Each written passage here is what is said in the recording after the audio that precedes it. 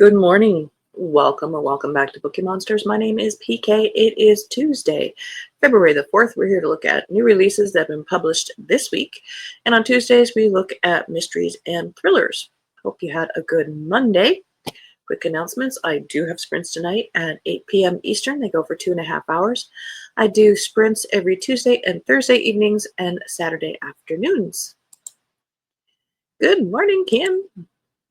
Good morning, Mary. Happy Tuesday. Ready for a little mystery in your life. Stay tuned. You are about to hear about it.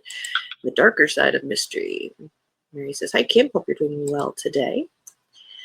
Hope you're staying warm. Oh, yes. It is -3 to start with this morning. How about where you are? I am more concerned about you.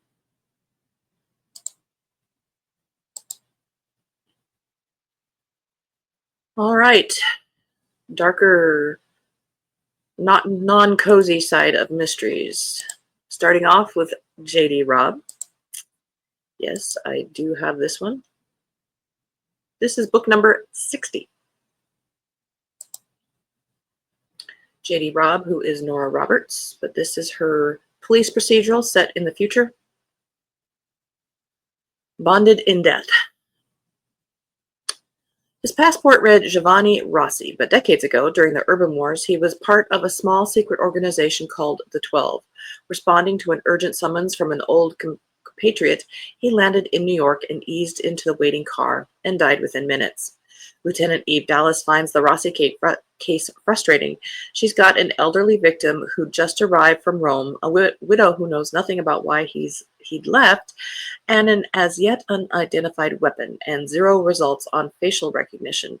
But when she finds a connection to the urban wars of the 2020s, she thinks Somerset, fiercely loyal, is, if somewhat grouchy, majordomo, and the man who'd rescued her husband from the Dublin streets may know something from his stint as a medic in Europe back then.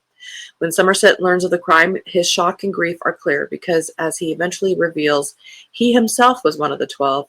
It's not a part of his past he likes to revisit, but now he must, not only to assist Eve's investigation, but because a cryptic message from the killer has boasted that others of the 12 have also died. Somerset is one of those who remain, and the murderous mission is yet to be fully accomplished. I personally love that series.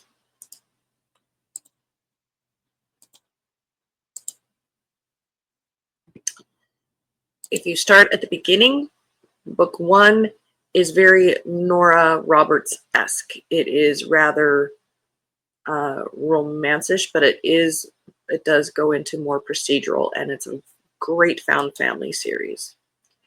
Kim says she's pretty good. Hope you are as well. Ray says, hope it's supposed to warm up today, and then on Wednesday, freezing rain. It is a seesaw weather year so far. Yeah, here too. Can you imagine writing 60 books, and that is only as J.D. Robb? Indeed. I wonder how many Nora Roberts books there are, too. Incredible. I'm wondering when she passes, because she's in her 70s or 80s, how many unpublished works we will find, because she just cranks them. Came mid to upper 70s here this week, back to mid 60s next week. That sounds lovely. Saint of the Narrows Street by William Boyle. This is for fans of The Sopranos, Jonathan Lethem, and Dennis Lehane. Gravesend, Brooklyn, 1986. Risa Franzoni lives in a ground floor apartment on Saint of the Narrows Street with her bad seed husband Saverio and their 8-month-old baby Fabrizio. On the night Risa's younger sister Giulia moves in to recover from a bad breakup, a fateful accident occurs. Risa, boiled over with anger and fear, strikes a drunk erratic Sav with a cast iron pan, killing him on the spot. The sisters are left with a choice: notify the authorities and make a case for self-defense, or bury the man's body and go on with their lives as best they can. In a moment of panic, in the late hours of the night, they call upon Sav's childhood friend, the sweet, loyal Christopher Cooch Gardini, to help them, hoping they can trust him to carry a secret like this. Over the vast expanse of the next 18 years, life goes on in the working-class Italian neighborhood of Gravesend as Risa, Julia, Cooch, and eventually Fabrizio grapple with what happened that night, a standout work of character-driven crime fiction, etc., etc.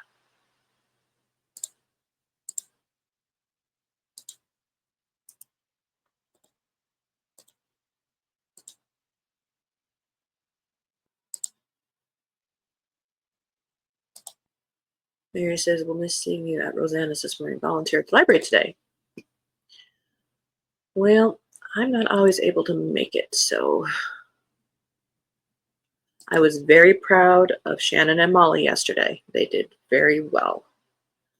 The Woman in the Wallpaper by Laura Jones. After leaving their family home in Marseille, Sophie and Lara settle in a quiet village near Paris, but life at the factory is far from peaceful. At the heart of the wallpaper's idyllic vignettes is the haunting image of Madame Justine. Oh, let's see, where did it start at? When Sophie and Lara, two sisters uprooted by their father's death, begin work at the famed Toile du Joy wallpaper factory, they notice something chilling, a recurring figure in the wallpaper, a woman whose tragic history may now be repeating itself. It was messed up in there in the blurb. The wallpaper's idyllic vignettes is the haunting image of Madame Justine, the factory owner's late wife, whose untimely and suspicious death still casts a shadow. As Laura finds herself drawn to Joseph Oberst, the enigmatic drinking game,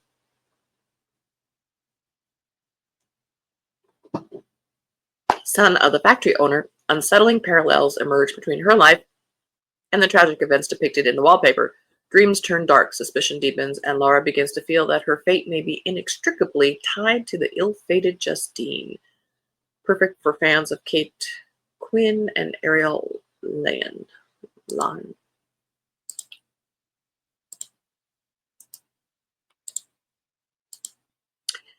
Here's a happy-sounding book, Victorian Psycho by Virginia Fido.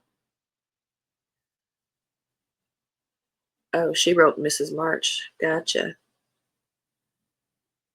Grimwold's England. Winifred Naughty arrives at Enser House prepared to play the perfect governess. She'll dutifully tutor her charges, Drusilla and Andrew, tell them bedtime stories, and only joke about eating children. But long, listless days spent within the estate's dreary confines come with an intimate knowledge of the perversions and pathetic preoccupations of the Pounds family. Mr. Pounds can't keep his eyes off Winifred's chest, and Mrs. Pounds takes a sickly pleasure in punishing Winifred for her husband's wandering gaze. Compounded with her disdain for the entitled Pounds children, Winifred finds herself struggling at every turn to stifle the violent compulsions of her past. French tutoring and needlework are one way to pass the time, as is admiring the ugly portraits in the gallery and creeping across the moonlit lawns. Patience. Winifred must have patience, for Christmas is coming, and she has very special gifts planned for the dear souls of Enser House. Ew! Gothic-y. End of row one.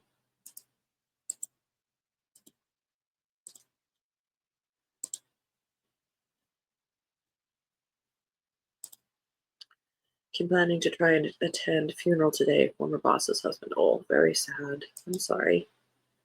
They did a great job. Talk about jumping into the deep end. Molly has been a trooper, especially for someone so young. She looks like she is still in high school and sounds like she should be doing cartoon animations. Yeah, that one was creepy. A Killing Cold by Kate Alice Marshall. A whirlwind romance. When Theodore Scott met Connor, wealthy, charming, and a member of the powerful Dalton family, she fell in love in an instant. 6 months later, he's brought her to Idlewood, his family's isolated winter retreat, to win over his skeptical relatives. Stay away from Connor Dalton. Theo has tried to ignore the threatening messages on her phone, but she can't ignore the footprints in the snow outside the cabin window or the strange sense of familiarity she has about this place.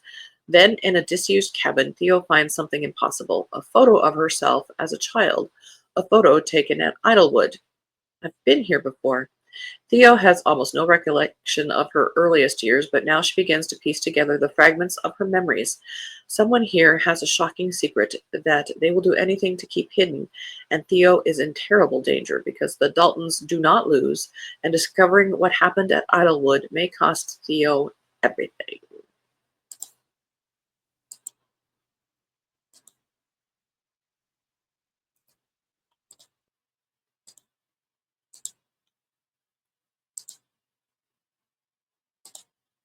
Kim says my baseball boy is being pumped with painkiller is going to play. First game is Friday. Really? Wow. They never did get it was his shoulder, right? Oh, honey. But I'm sure he's determined. A Long Time Gone, but that's early for baseball. A Long Time Gone by Joshua Mailing, third in the Ben Packard series. It's time to put the past to rest. Ben Packard was just a boy when his older brother disappeared. Ben watched him walk out the back door of their grandparents' house and into the cold night. His brother was never seen again. Decades later, Deputy Packard finds himself with too much time on his hands. A shooting has him on leave and under investigation. All he can do is dwell on the past. For the first time in years, new information about his brother has surfaced that may lead them to the location of a body. The midwinter ground is frozen solid. Worse, Packard is cut off from the department resources. As he strikes out to finally uncover the truth behind his brother's disappearance, he stumbles on a separate suspicious death. A tenuous connection exists between the two cases, and as Packard starts to dig, he meets fierce resistance from friends and foes alike who want him to stand down. The winter is long and cold. By the end of it, Packard will risk everything to catch a killer and reveal the shocking truth about his brother.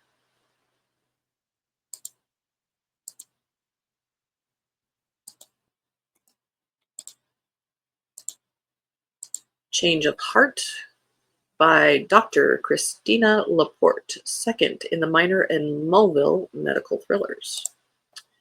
In the bustling heart of New York City, a young medical student's life is tragically cut short, though her heart continues to beat, holding the promise of life for another. Detective Kurt Miner is called to the scene and quickly uncovers a chilling conspiracy involving organ donations and high-stakes crime. As the investigation unfolds, Miner realizes the case is far more complex and dangerous than it initially seemed. Enter FBI agent Jack Mulville, who steps in to supervise Special Agent Charlotte Bloom as they join forces with Miner. Together, they unravel a web of corruption, revealing that Amy Winter's death is connected to a ruthless organ trafficking ring. Amy Winter, a promising pre-med student, is found dead under mysterious circumstances. Her death triggers an investigation that pulls Miner, Mulville, and Bloom into a labyrinth of deceit and desperation. As they dig deeper, they discover that Amy's heart is not just a donor's gift, but a coveted prize in a deadly game controlled by criminals willing to kill to keep their secrets hidden.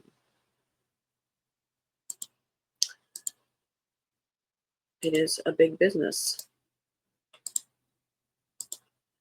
Dark Vector. Have I mentioned this is the darker side of crime fiction? Yeah. Dark Vector by Ward Larson, first in David Slayton and True Miller series.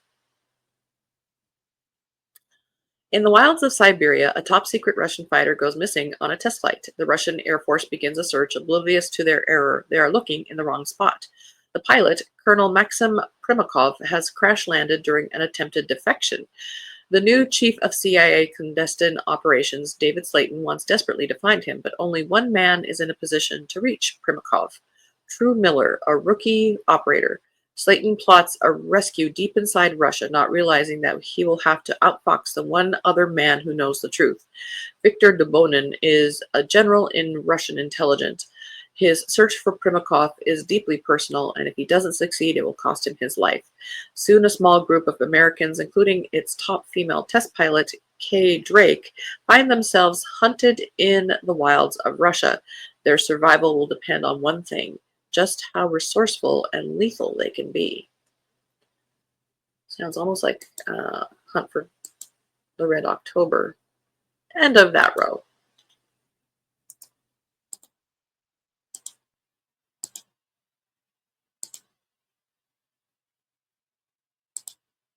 Kim says, yes, surgery was successful, but a lot of pain. Oh, that's sad. I'm sorry. Dead in the Frame by Stephen Spotswood, fifth in the Pentecost and Parker mysteries.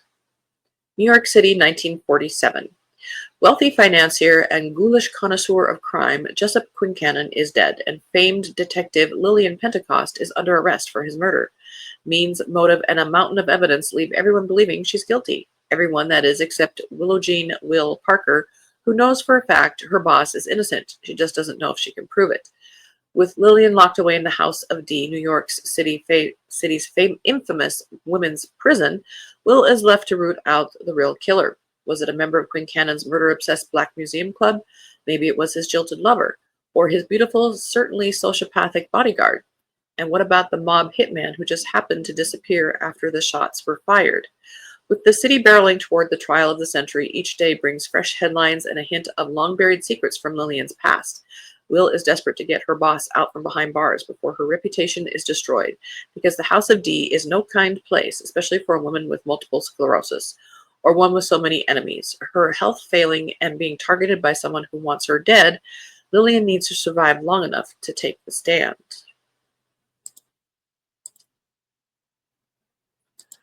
A good clock is ticking element to it.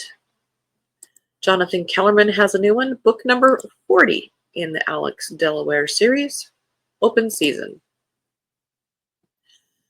People come to Los Angeles to chase their dreams. Sometimes they find themselves cast into a nightmare, and sometimes the most ardent dreamers turn out to be the most vicious monsters. The body of an aspiring actress is found dumped near a hospital emergency room. She's been drugged and murdered, and the motive for the callous crime remains maddeningly out of reach. Until a prime suspect materializes, another Hollywood hopeful, only to be shot dead by a sniper using a weapon that turns out to have been cataloged in a previous murder. And another before that. It's not long before more bodies begin piling up. What makes the murder spree baffling is the apparent lack of connection among the victims. Is this the work of a random thrill killer, the toughest of all cases to unravel? But as Alex and Milo dig deeper, they're faced with an even naughtier scenario, a highly complex killer with deep-seated motivation that will require all of their highly honed skills to decipher. Robert Parker's estate has a new one, written by Christopher Farnsworth. This is in the Jesse Stone series. That's a good one. This is called Buried Secrets. Just Another Day in Paradise. Chief of Police Jesse Stone is on his way home from a long shift when a call comes in for a welfare check of an elderly resident of the wealthy seaside town of Paradise, Massachusetts. Inside a house packed with junk and trash is a man's dead body. It's a sad, lonely end, but nothing criminal until Jesse finds the photos of murder victims strewn across the corpse on top of a treasure trove of $2 million in cash. Jesse takes on the case and finds a trail leading to an aging mobster who will do whatever it takes to keep the past from coming to light. Before long, Jesse has a price on his head as hitmen converge on Paradise to take back the cash and destroy any remaining evidence. But the real danger might be coming from inside his own department. Jesse Stone must unearth the truth buried under the wreckage of a dead man's life before he winds up in the ground himself. And I will always picture Jesse Stone as Tom Selleck, since he did those movies.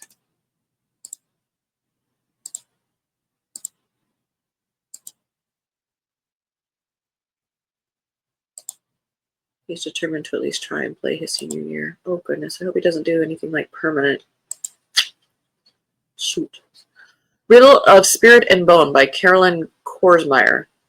In contemporary Buffalo, Dan's world is upended when he unearths a young woman's skeleton while replacing the gas main in a city neighborhood. Using the meager clues available, he and his archaeologist friends embark on a quest to piece together the mystery of her death. In 1851, the newly widowed Madeline Talmadge and her orphaned nieces, Jane and Lydia, seek the aid of a cunning spiritualist, Alexander Dodge Lewis. Lewis leads them on a perilous journey from one seance to the next, attempting to summon the spirit of Madeline's late husband and promoting Lydia's latent abilities as a medium. Jane, suspicious of his motives and fearful of his influence, seeks to disentangle her aunt and cousin from Lewis's beguiling sphere with dire consequences. As the past collides with the present, layers of time peel back to reveal long-buried secrets of loss, love, and murder. Alongside its riveting plot, This book offers subtle rumination on what can be observed, what can be known, and what can be trusted. I don't like any covers that have skeletons on them or skulls. I don't know, just me. End of that row.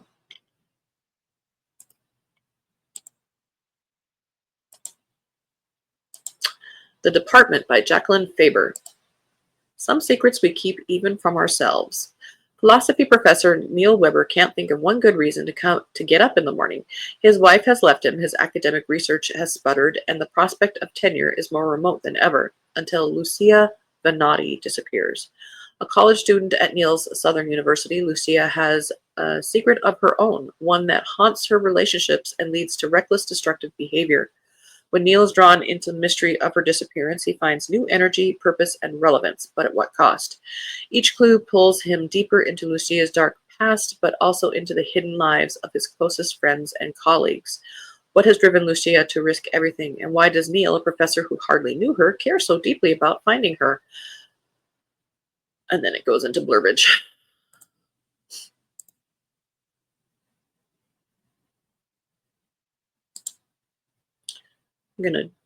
Got time maybe for one more. I'm going to jump down to this historical. The Librarians of Lisbon, a World War II story of love and espionage by Suzanne Nelson.